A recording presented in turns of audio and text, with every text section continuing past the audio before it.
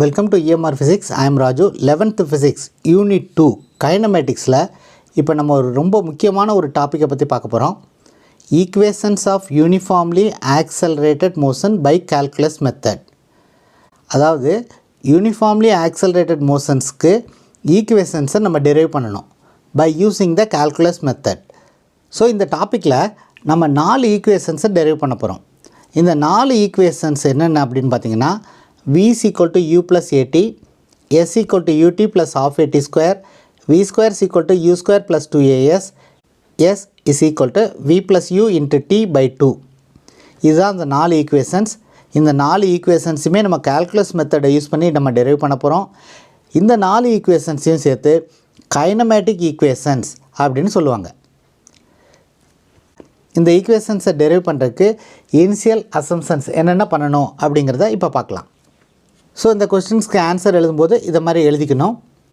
Consider an object moving in a straight line. ஒரு object வந்து straight லைனில் move ஆகுது with uniform or constant acceleration A. அதாவது இந்த acceleration of the body is A. இந்த acceleration வந்து கான்ஸ்டன்ட் ஆக்சலரேஷன். நெக்ஸ்ட்டு என்ன எழுதணும் அப்படின்னா when time is equal to 0 second, அதாவது டைம் வந்து 0 செகண்டாக இருக்கும்போது velocity of the body is u. இதை வந்து இனிஷியல் வெலாசிட்டின்னு சொல்லுவோம்.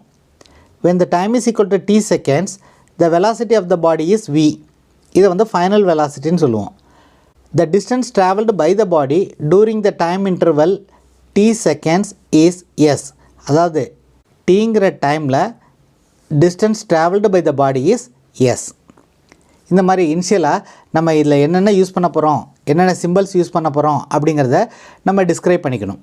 ஸோ ஏங்கிறது ஆக்சலரேஷன், யூங்கிறது இனிஷியல் வெலாசிட்டி, விங்கிறது ஃபைனல் வெலாசிட்டி, எஸ்ங்கிறது distance. Now let us derive the first equation, velocity time relation. இந்த ஈக்குவேஷனை வந்து வெலாசிட்டி டைம் ரிலேஷன் அப்படின்னு சொல்லுவோம். we know that acceleration is defined as rate of change of velocity. Acceleration is equal to dv by dt. a is equal to dv by dt. இதை cross multiply பண்ணோம்னா என்ன கிடைக்கும்? a into dt is equal to dvன்னு வரும். இதை எப்படி எழுதிக்கலாம் அப்படின்னா dv is equal to a into dt. Integrating on both sides we will get integral dv is equal to integral a dt. Now we already know that when time is equal to 0 seconds, velocity is equal to u. When time is equal to t seconds, velocity is equal to v. இதுதான் lower limit, இது upper limit.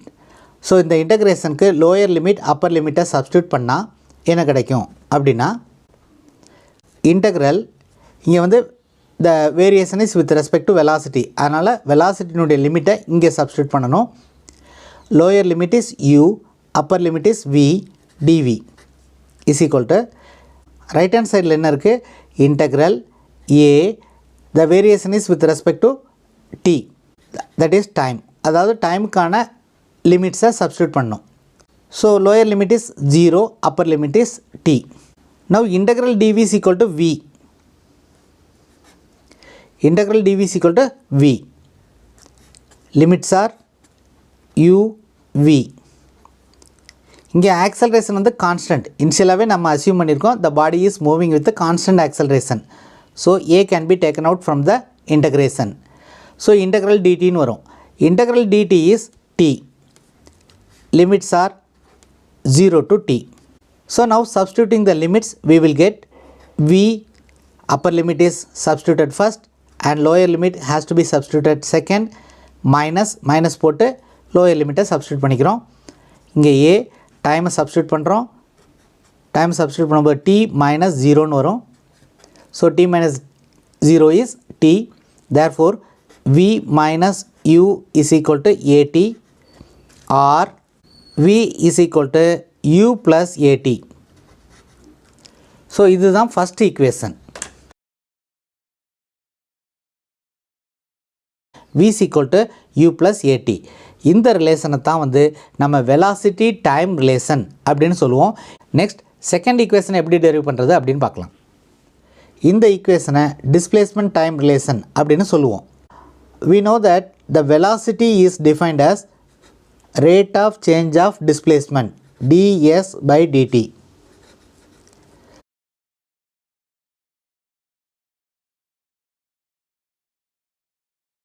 Velocity is defined as rate of change of displacement.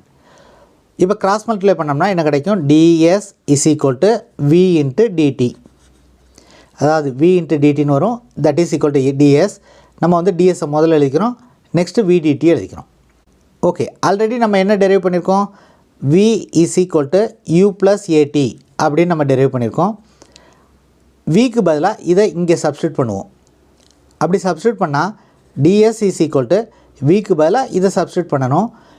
u plus at into dtன்னு வரும். இப்போ இந்த dtயை உள்ளே கொண்டு போய் multiply பண்ணுவோம். அப்படி மல்டிப்ளை பண்ணால் என்ன கிடைக்கும்? u into dt plus at dtன்னு வரும். லெஃப்ட் ஹேண்ட் சைடில் ds. Now integrating on both sides we will get integral ds is equal to integral u dt plus integral at dt. இப்போ கான்ஸ்டன்ட் டேர்ம்லாம் இந்த இன்டகிரேஷனை விட்டு வெளியில் எடுத்துடலாம்.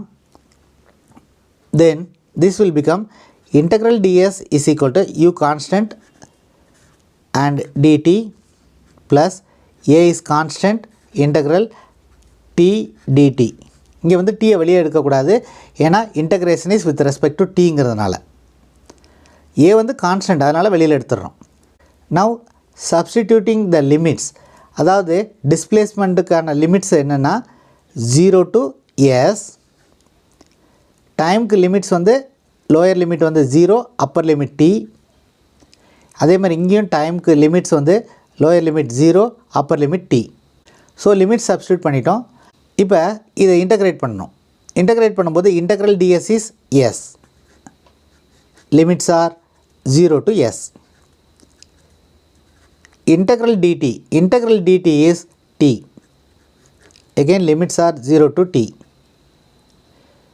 Plus a integral t dt is t square by 2. T square by 2. 0 to t. இப்போ லிமிட்ஸை substitute பண்ணோம்னா இங்கே எல்லா இதுலேயுமே வந்து லோயர் லிமிட் 0, அதனால் அப்பர் லிமிட்டை மட்டும் சப்ஸ்டியூட் பண்ணால் போதும். இங்கே என்ன வரும்? s is equal to u into Appar limit t plus a, இங்கேயும் அப்பர் லிமிட் t, அதனால் டீக்கு மேலே டீயை போட்டாலும் t தான் வரும். ஸோ t ஸ்கொயர் பை 2ன்னு வரும். இது எப்படி எழுதிக்கலாம் அப்படின்னா s is equal to ut plus half at square அப்படின்னு எழுதிக்கலாம். So this is the second equation of motion, displacement time relation. Next நம்ம என்ன பண்ண போகிறோம் அப்படின்னா velocity displacement relation டெரைவ் பண்ண போகிறோம். அதாவது கைனமேட்டிக் ஈக்குவேஷன்ஸில் மூணாவது ஈக்குவேஷனை டெரைவ் பண்ண போகிறோம். அது எப்படி டெரைவ் பண்ணுறது அப்படின்னு இப்போ பார்க்கலாம். அதாவது கைனமேட்டிக் ஈக்குவேஷன்ஸில் தேர்ட் ஈக்குவேஷன் எப்படி டெரைவ் பண்ணுறது அப்படின்னு பார்க்கலாம். இந்த ஈக்குவேஷனை வந்து velocity displacement relation அப்படின்னு சொல்லுவோம். Now we already know that acceleration is defined as acceleration is equal to dv by dt. அதாவது rate of change of velocity is acceleration. Now let us multiply the right hand side by ds and divide by ds. அதாவது ds all multiply பண்ணி ds all divide பண்ணிக்கிறோம். அப்படி பண்ணோம்னா இந்த value வந்து change ஆகாது. So this is equal to now rearranging. இப்படி multiply பண்ணி டிவைட் பண்ணுறோம். டிவைட் பண்ணதுக்கப்புறம் இதை வந்து ரீஅரேஞ்ச்மெண்ட் பண்ணுறோம். எப்படி பண்ணுறோம் அப்படின்னா இந்த ds இங்கே எழுதிட்டு dtயை இங்கே எழுதுகிறோம். So dv by ds is equal to ds by dt. ds இங்கே எழுதியிருக்கோம், dtயை இங்கே எழுதியிருக்கோம், அவ்வளோதான். So this is equal to dv by ds by dt is a rate of change of displacement. S is a displacement. So rate of change of displacement is velocity. Left hand side என்ன இருக்குது? acceleration. Left hand sideல acceleration இருக்குது. இப்போ cross multiply பண்ணோம்னா என்ன கிடைக்கும்? v into dv is equal to a into ds. ds cross multiply பண்ணும்போது a into dsன்னு வரும். இது வந்து v dv, அதை இங்கே எழுதியிருக்கோம். Now integrating on both sides we will get integral v dv is equal to integral a ds. Now we already know the limits. Limits substitute பண்ணிக்கும். The lower limit is u, upper limit is v. இங்க displacementக்கு limits வந்து 0 to s. Now integrating on both sides. Integral v dv is v square by 2. Limits are u to v is equal to a ங்கிறது constant. So constant is taken out and integral ds is s. Limits are 0 to s. Now substituting the upper limits and lower limits, we will get v square minus u square. v க்கு பதிலா v, அப்போ v square னு வரும். இங்கே v க்கு பதிலா u போட்டோம்னா u square னு வரும். So upper limit minus lower limit by 2 is equal to a into, இங்கே வந்து upper limit மட்டும்தான், அதனால் a into s. Lower limit 0. Now this can be written as v square minus u square is equal to 2as, or v square is equal to u square plus 2as. So this is the third equation of motion. நாலாவதா ஒரு fourth equation ஒன்று derive பண்ண போகிறோம். அது எப்படின்னு பார்க்கலாம். இப்போ இந்த கைனமெட்டிக் ஈக்குவேஷன்ஸில் fourth equation எப்படி derive பண்ணுறது அப்படின்னு பார்க்கலாம். அதாவது ஃபஸ்ட் ஈக்குவேஷனையும் செகண்ட் ஈக்குவேஷனையும் யூஸ் பண்ணி நம்ம இந்த fourth equation derive பண்ண போகிறோம். What is the first equation? The first equation is v is equal to u plus at. இது first equation. We already derived this equation. இந்த ஈக்குவேஷன்லேருந்து நம்ம என்ன எழுதிக்கலாம் அப்படின்னா at is equal to v minus u அப்படின்னு எழுதலாம். அதாவது இந்த uவை இந்த பக்கம் கொண்டு வந்தோம்னா v minus uன்னு வரும். இந்த பக்கம் வந்து atன்னு இருக்கும். அந்த atயை முதல்ல எழுதிக்கிறோம். or a is equal to v minus u by tன்னு வரும். இது வந்து ஃபஸ்ட் ஈக்குவேஷன். இந்த ஃபஸ்ட் ஈக்குவேஷன்லேருந்து நம்ம a is equal to v minus u by tன்னு எழுதியிருக்கோம். செகண்ட் ஈக்குவேஷன் என்ன டெரிவ் பண்ணோம்? s equal to ut plus half at square அப்படின்னு derive பண்ணோம். This is the second equation. இந்த செகண்ட் ஈக்குவேஷனில் ஏக்கு பதிலாக இதை சப்ஸ்டியூட் பண்ணுவோம்.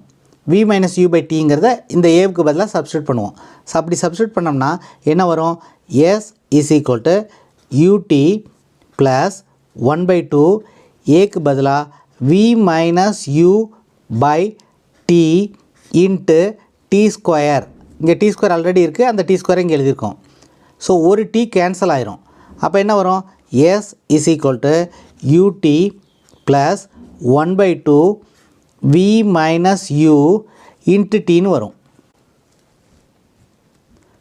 Now s is equal to ut plus 1 by 2 v into t is vt plus into minus minus 1 by 2 u into t is ut. This is ut, this is minus 1 by 2 ut.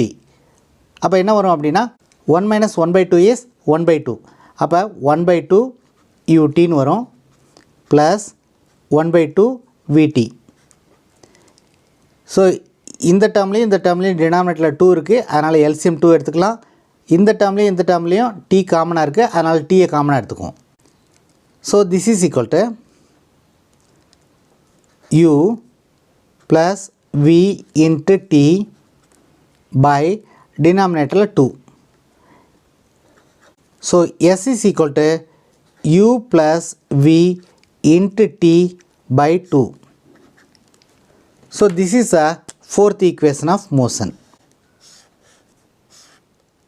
இந்த வீடியோவில் 4 kinematic ஈக்குவேஷன்ஸையும் நம்ம derive பண்ணியிருக்கோம். எக்ஸாமில் எப்படி கேட்பாங்க அப்படின்னா, derive the kinematic equations of motion for constant acceleration. Constant acceleration அப்படிங்கிறத சேர்த்து கேட்பாங்க. ஸோ இது ரொம்ப முக்கியமான டாபிக், ரொம்ப முக்கியமான லாங் ஆன்சர் கொஸ்டின். இதை நல்லா ப்ரிப்பேர் பண்ணிக்கோங்க.